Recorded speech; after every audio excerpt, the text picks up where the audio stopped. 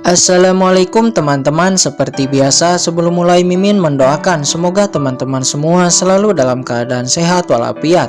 Oke, kali ini kita akan melanjutkan Martial Master versi novel bagian 319. Bagi yang baru bergabung, selamat bergabung. Dan bagi yang belum subscribe dulu lah agar Mimin tambah semangat lagi nih bikin videonya. Oke, kalau sudah kita langsung masuk ke isi ceritanya.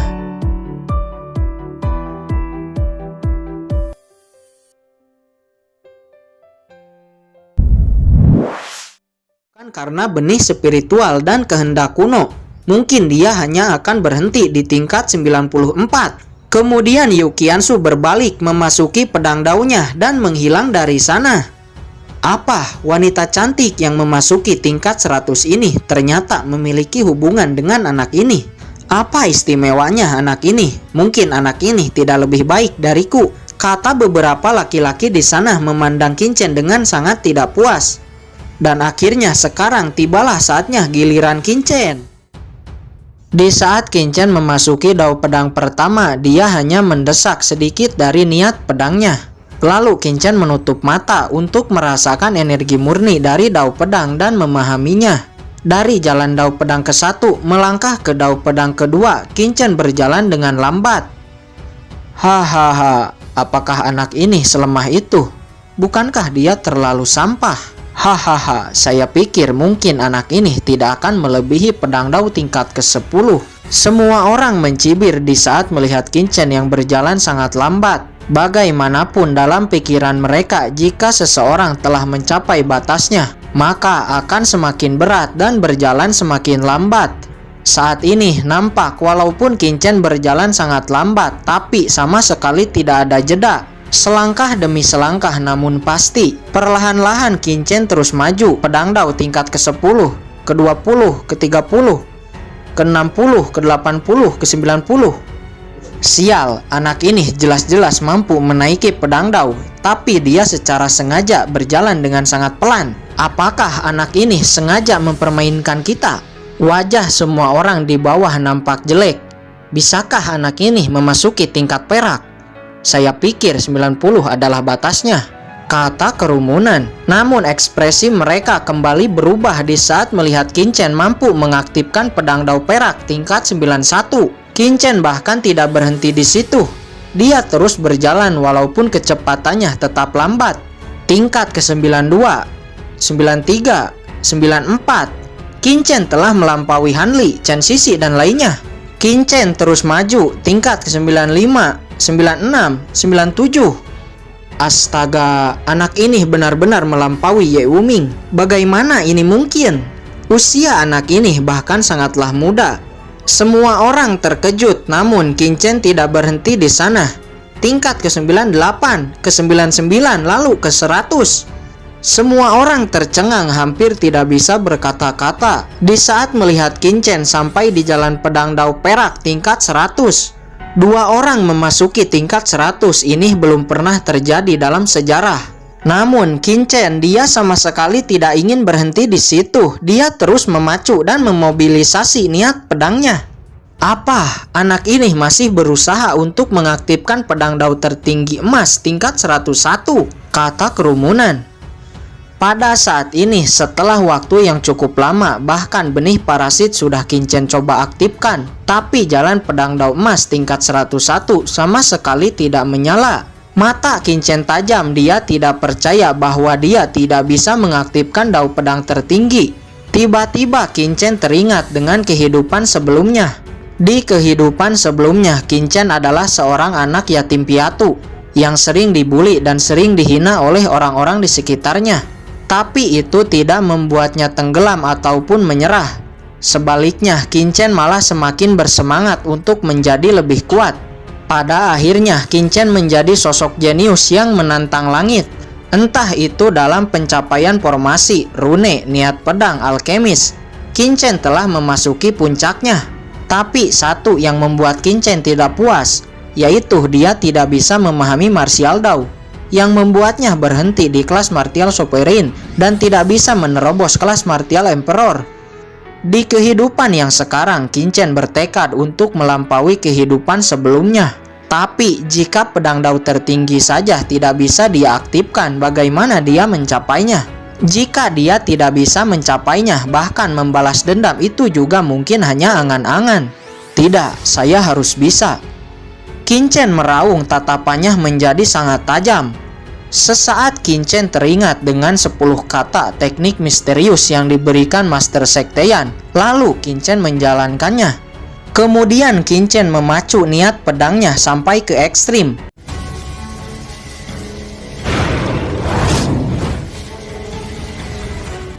Dan pada akhirnya jalan pedang dao emas yang merupakan tertinggi tingkat 101 akhirnya menyala.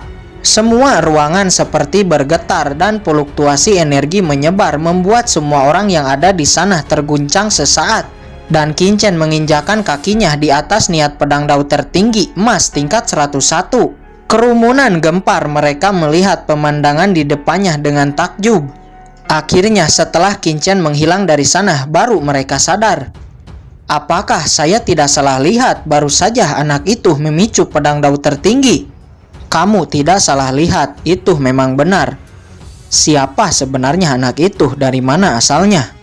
Saya juga tidak tahu, tapi karena dia mengenal Ye Wuming dari langit utara, mungkin dia adalah jenius puncak dari langit utara. Percakapan pribadi terdengar dari kerumunan. Jika mereka tidak melihatnya sendiri, mereka mungkin tidak akan mempercayainya. Ayo kita juga maju, mungkin ada yang salah dengan jalan dao pedang kali ini.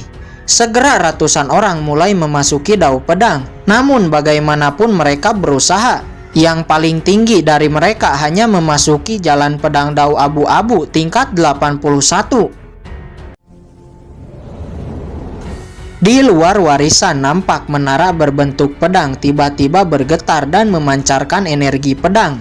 Apa sebenarnya yang terjadi di dalam? Orang-orang di sana nampak bingung.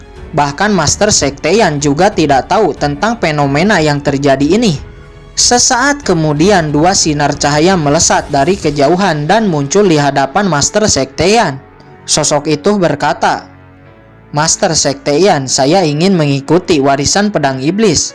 Master Sekteyan memandang orang ini dan merasakan bahwa kultivasi orang ini berada di kelas Martial King tahap akhir. Namun yang membuat Master Sekteyan terkejut adalah bahwa orang ini baru berusia 20 tahunan.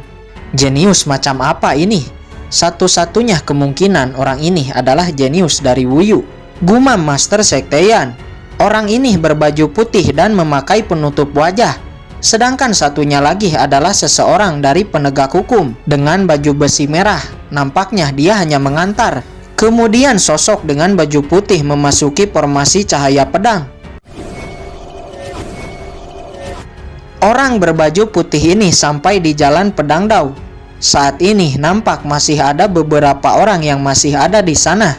Di bawah tatapan semua orang yang masih ada di sana, orang berbaju putih ini menaiki jalan pedang dao dan dengan cepat telah sampai di jalan pedang dao tingkat 90. Namun dia tidak berhenti di sana dan terus maju.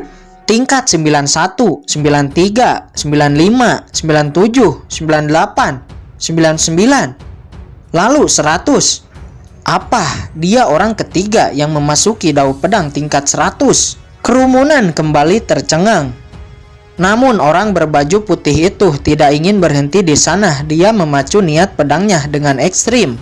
Tiba-tiba bloodline-nya muncul. Sebuah bayangan pedang samar-samar muncul di atas kepala orang ini.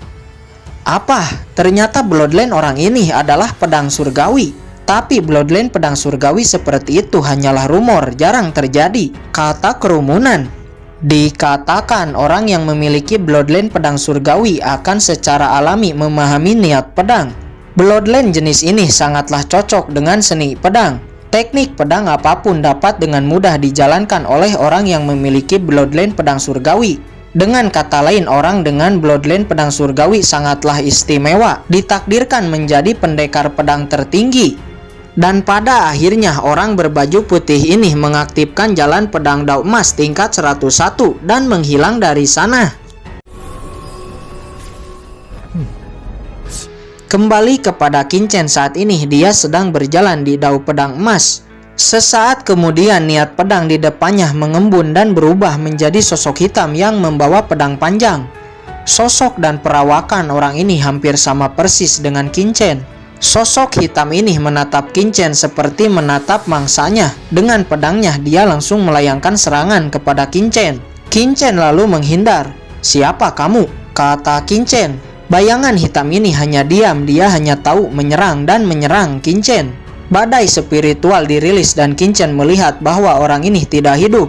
Dengan kata lain, bayangan hitam ini adalah sebuah simulasi yang dibentuk dao pedang tertinggi. Kekuatan dan fisiknya nyaris menyerupai Qin-Chen. "Oh, jadi begitu. Menarik, kata Qin-Chen. Qin-Chen juga meraung memegang pedang karatnya dan bertarung dengan liar dengan simulasinya sendiri. Setelah beberapa kali bertukar pukulan, kekuatan, kecepatan, dan pertahanan sosok hitam ini sama persis dengan Qin-Chen. Kedua belah pihak terus bertarung dan nampak terluka.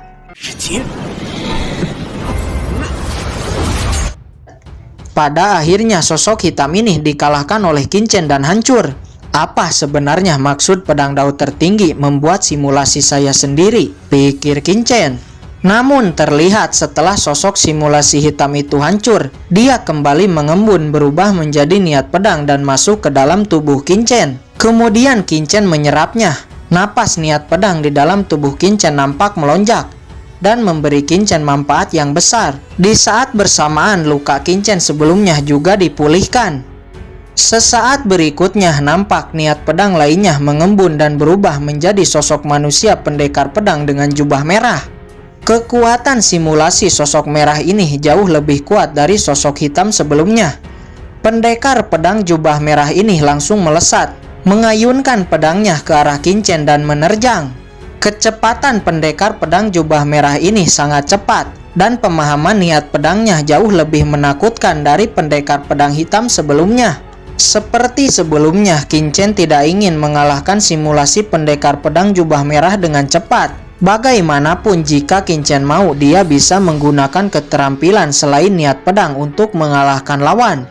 Tapi Qin-Chen ingin beradu pukulan dengan simulasi ini menggunakan niat pedangnya juga dan memperoleh pemahaman baru dari pendekar pedang jubah merah ini.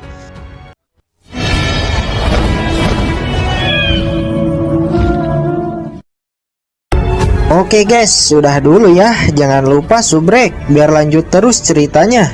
Bagi yang sudah subrek, mudah-mudahan dimudahkan rezekinya. Mimin undur diri. See you next and goodbye.